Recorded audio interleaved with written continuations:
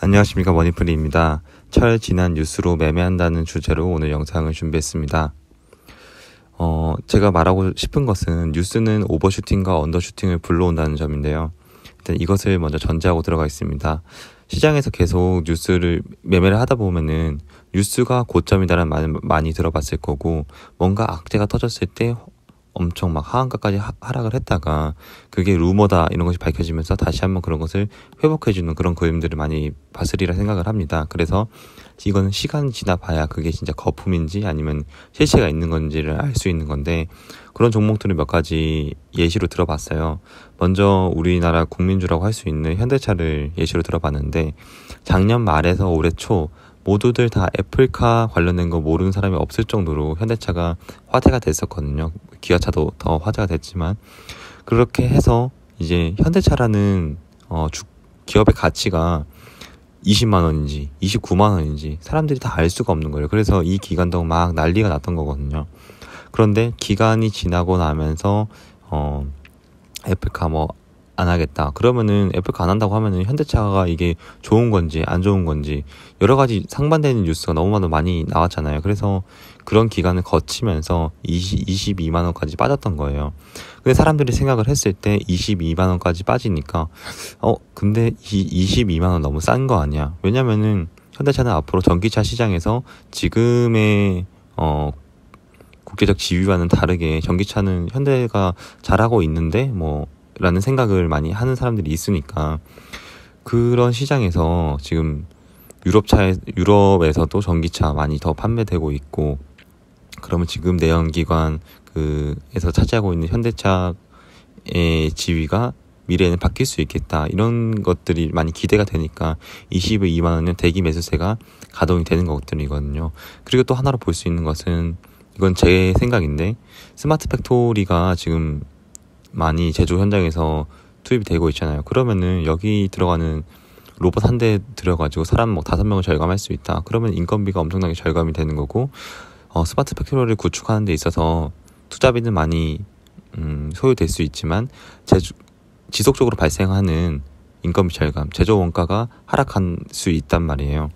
이것을 그림으로 간단하게 표현을 해봤는데, 예를 들어 산타페가 한 대 팔면은 3천만 원이다. 여기도 동일하게 3천만 원이겠죠.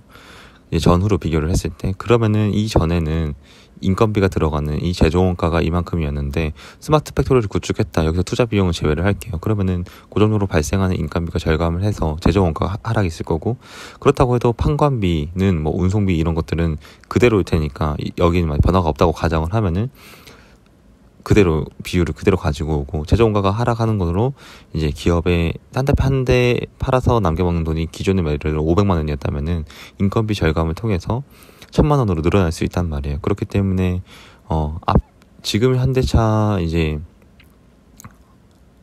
인건비가 상당히 높은 걸로 알고 있는데, 고연봉인 사람들도 되게 많고, 점차 그런 사람들이 고용이 줄어들고 스마트 팩토리화 되면서 제조원가 절감의 효과를 가져올 수 있다면은, 제조업은 이제 제조업이 일반적으로 영업이익률이 5%였다면은 이런 스마트 팩토리를 통해서 10%, 이걸 얼마나 잘하는지에 따라 가지고 15%까지 기업의 체질이 달라질 수 있단 말이에요. 그래서 이런 것을 생각했을 때 두 가지 성장 시나리오가 만약에 잘 된다고 하면은, 현대차는 예를 들어 35만 원, 40만 원까지 갈 수 있는 거 아니냐. 그래서 그만큼 기대되는 기업의 성장성을 자기가 설정을 해두고, 이렇게 조정의 기간이 거치는 동안 계속 시장이 어디서 저 말고 다른 시장에서 이 현대차라는 기업이 가치가 어느 정도인지를 계속해서 확인해 나가면서 매매 전략을 짜면은 좋을 것 같습니다. 이 현대차 외에도 오버슈팅과 언더슈팅에 대해서 설명할 수 있는 기업을 한 3개 정도 더 가져와 봤는데, 최근에 나이키라는 종목이 금요일 밤에 이제 15% 이상 상승했잖아요. 엄청 실적이 잘 나온 거예요. 그래서 웬만해서는 이제 뉴스가 나왔을 때 실적 관련해서 뉴스가 나오면은 오버슈팅이 아닌데, 이 긴 기간에 한 6개월간의 긴 조정을 한 번에 뚫어주고 올라섰단 말이에요.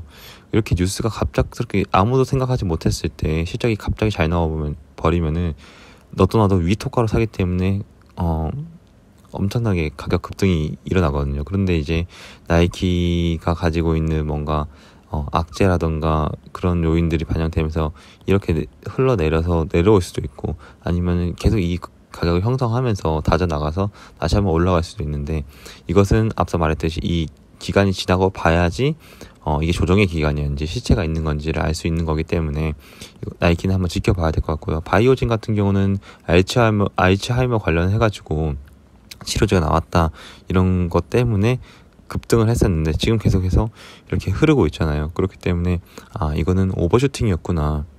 그런데 제가 말씀드리고 싶은 것은 이 뉴스가 이 기업이 정말 알츠하이머에 대해서 임상 성공했고 치료제가 정말 실체가 있다고 하면은 이 오버슈팅이 기간 지나고 나서 거품이 빠지고 나서 실체가 있다고 하면 이게 거품이 아니라 실체였던 거잖아요. 그럼 다시 한번 이 주가를 회복해 줄 거란 말이에요. 그래서 철 지난 뉴스, 한 달 전에, 두 달 전에 뉴스, 어떤 뉴스가 나온지를 보고 이게 실체인지 아닌지를 계속해서 기간이 지나면서 가만히 잊어버리고 있는 게 아니라 계속해서 정보를 찾아가면서 확인을 해야 된단 말이에요. 그래서 내가 이게 실체라고 판단을 했으면 이거는 오히려 매수의 기회로 삼을 수 있는 거거든요. 그래서 그 뉴스 당일에 들어가기보다 이 과거 시나리오가 어땠는지를 꼭 체크를 해가면서 매매를 했으면 좋겠습니다. 삼성바이오 같은 경우도 좀 마찬가지인데, 모더나 이제 백신 관련해서 위탁 생산이 밝혀지면서 95만 원까지 상승을 했단 말이에요. 근데 이제 결국에는 이게 거품이었던 거죠. 그리고 다시 한번 내려오면서 사람들이 그래도 이 위탁 생산을 하는 게 삼성바이오한테 좋은 뉴스인지 악재인지 이 기간 동안은 악재로 받아들였던 거거든요. 오버슈팅으로 받아들였던 거거든요. 하지만 이 지금 85만 원이라는 가격은 합당한 가격이다. 나름대로 합당한 가격이라고 사람들이 생각을 하기 때문에 지금 가격을 유지하고 있는 거고, 위탁 생산을 통해서 삼성바이오라는 기업 가치가 한 단계 더 성장할 수 있다. 그러면은 90만 원, 95만 원, 100만 원까지 충분히 갈 수 있는 거기 때문에 지난 뉴스를 통해서 계속해서 이런 것을 시나리오 그려가는 연습을 하면 좋을 것 같습니다. 또 한 종목을, 이건 제가 가지고 있는 종목이기 때문에 조금 조심스러운데, 이것을 뭐 매수 유도하려는 것은 절대 아니고요. 좋은 이런 사례를 보기 좋은 종목이 생각이 나가지고 가져왔습니다. 제가 지니스라는 종목을 알게 된 시점은 한 작년 11월쯤, 12월쯤이에요.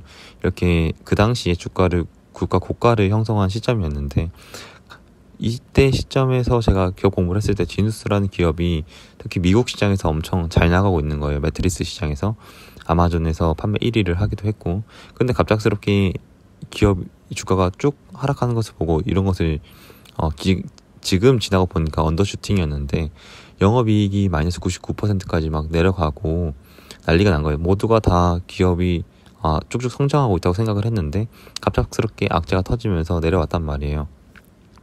그 원인이 뭐냐 보니까 이제 반덤핑 관세도 생기고, 미국에 있는 매트리스 기업들이 이제 다른 싼 국가들에서 생산되는 거에 대해서 더 높은 관세를 적용하자고 하고, 물류 대란이 일어나면서 판관비가 엄청 올라갔단 말이에요.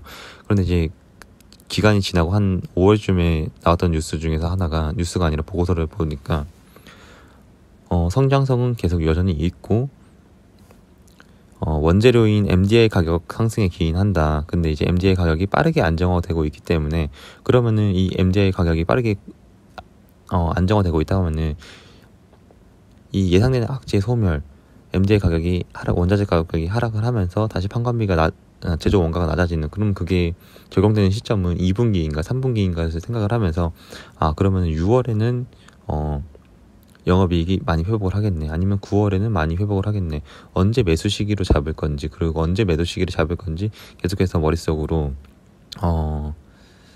작전을 짜 나가는 거예요. 그리고 이 보고서를 봤을 때 이 애널리스트는 절대 보수적으로 추정 시에 반영하지 않았다, 이런 마진 개선이 기대되나 반영하지 않았다는 것을 이 12만 원이라는 가격은 보수적으로 본 것이다, 이런 것도 체크해 볼 필요가 있습니다. 그래서 5월 28일에 나왔던 뉴스인데, 이 지누스라는 것을 KT비증권연구원은 결국에는 긍정적으로 바라보면서 여전히 원자재 가격과 물류 부담이 존재하지만 이런 것들 리스크가 최소화될 수 있고, 미국에서는 이제 바이든 정부는 미국에서 미국에서 생산한 것을 사는 이제 바이 아메리카 정책을 펼치고 있는데, 이런 것들이 이제 지누스에서는 미국 생산 공장이 있기 때문에 이런 정책에 대응이 가능하다. 그래서 악재거리는 없고 오히려 호재가 될 것이다. 이런 것을 볼 수가 있습니다. 그래서 기존에 이제 아까 현대차 분석하듯이 매트리스 팔아서 남는 돈이 이 정도였다면은 판관비가 이거였고 제조 원가가 이랬을 거예요. 근데 아까 봤듯이 MDA 가격이 상승하면서 제조 원가가 늘어났을 거고, 물류 대란이 일어나고 관세가 늘어나면서 판관비가 일어나서 영업이익이 기존에 이만큼 났던 게 이렇게 쪼그라들었을 거란 말이에요. 근데 이런 것들이 아까 지금 뉴스를 살펴보니까 일시적이었구나. 그러면 이것들이 다시 원래대로 돌아올 거고 이렇게 돌아오는데, 매출의 절대적인 파이가 자체가 많이 늘어나니까 이만큼 늘어나는 게 기존에는 예를 들어 1000대 팔렸다고 하면은 구조적 성장이 계속 일어나고 있으니까 10,000대 팔린다. 그러면은 기업 성장은 당연히 지속되는 거니까, 뭐 이런 시나리오를 그려가면서 지누스는 이렇게 성장을 할 것이다. 어디까지 성장할 것인가 계속 이렇게 시나리오를 그려볼 수가 있습니다. 그래서 제가 하고 싶은 말은, 제가 이 종목에 대해서 지금 당장 지금 이 시점에 알았다고 하더라도 이 과거 지난 뉴스를 살펴보면서 왜 이 기간 언더슈팅이 나왔는지, 왜 이 기간이 다시 회복이 되는지, 그러면은 이런 악재들이 소멸했을 때 기업의 가치는 얼마가 될 것인지 지난 뉴스를 통해서 그런 정보, 그런 시나리오를 잘 알고 있어야지 매매를 하는데 1%의 성공 확률을 늘릴 수 있는 거니까, 이런 거 꼭 체크해 가면서 시간이 많이 투자할수록 성공 확률을 높일 수 있는 거거든요. 그리고 지금 시장은 아무 종목 산다고 막 올라가는 게 아니라, 보시면은 3,300 뚫어가지고 최고점이잖아요. 이렇게 올라갔을 때 증시에는 예전만큼 돈이 막 들어올 수 있는 상황이 아니거든요. 그래서 분명히 선별적으로 올라갈 건데 꼭 실적이 상승하는 종목들 위주로 샀으면 좋겠습니다. 네, 여기까지 영상을 시청해 주셔서 감사합니다.